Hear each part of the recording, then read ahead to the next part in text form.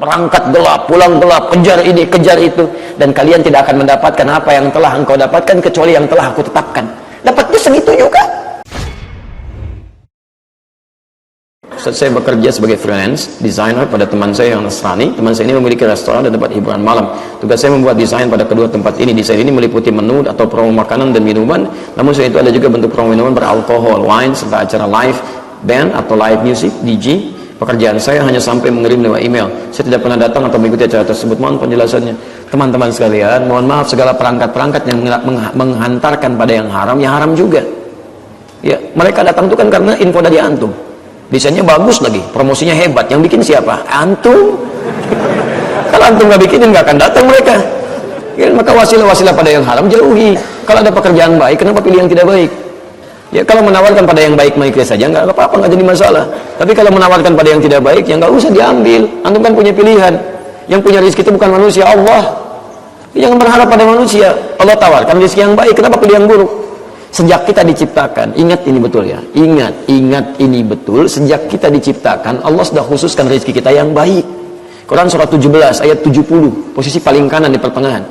Walaqad karramna bani Adam, sungguh kami telah muliakan anak cucu Adam itu. Hati-hati.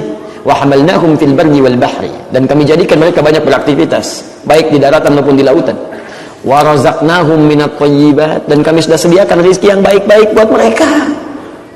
Yang baik-baik. Jadi kalau ada yang baik, kenapa pilih yang buruk? Cari yang baik. Ya, bahkan orang beriman itu nggak akan berpikir yang buruk. Quran surah kedua ayat 172, posisi paling kiri, di pertengahan ke sedikit ke atas.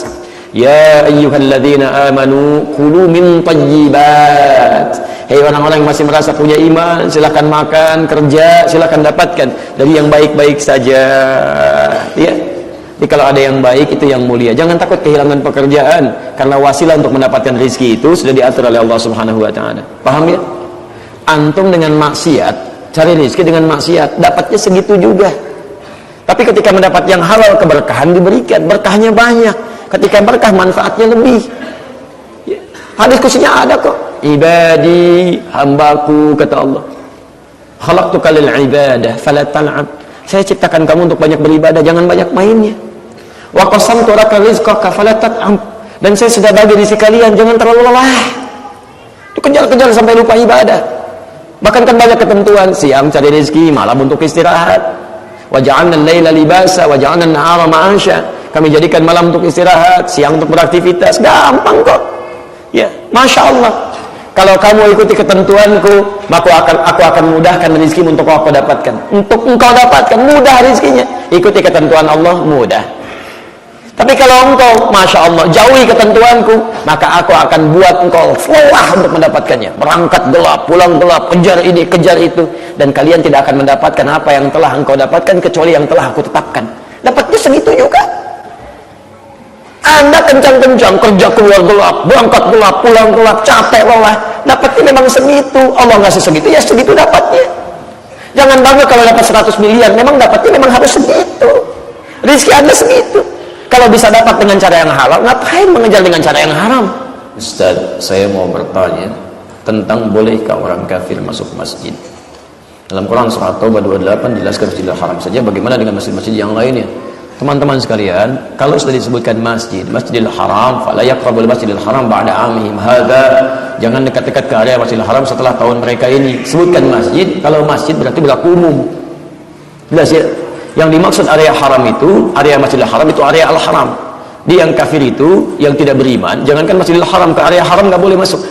Ke area haram. Ke area haram. Tapi kenapa diungkapkan dengan masjidnya di situ untuk menunjukkan keumuman makna masjidnya? Jadi di masjid manapun sepanjang bernama masjid, berbentuk masjid, tidak dibenarkan non-muslim masuk ke dalam masjidnya, karena itu area yang suci, area ibadah, area suci. Jelas ya?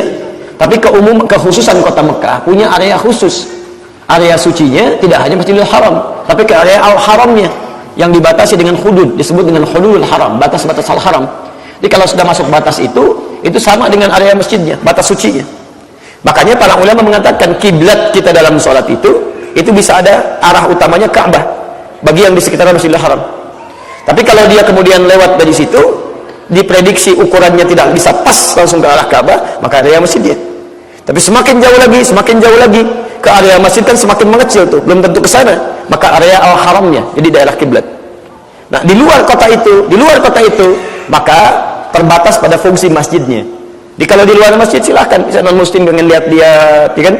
Ada yang pengen juga lihat, ada yang pengen foto, ada yang macam-macam, gak ada masalah di luar. Tapi kalau ke dalam tidak, jelas ya? Kecuali dalam kondisi-kondisi dia misalnya ingin bersyahadat, ya? Dia ingin bersyahadat, dia ingin berubah jadi muslim dan sebagainya, maka itu diperkenankan karena dia ingin menjemput hidayah untuk kembali kepada nilai kebaikan-kebaikan. Paham sampai sini?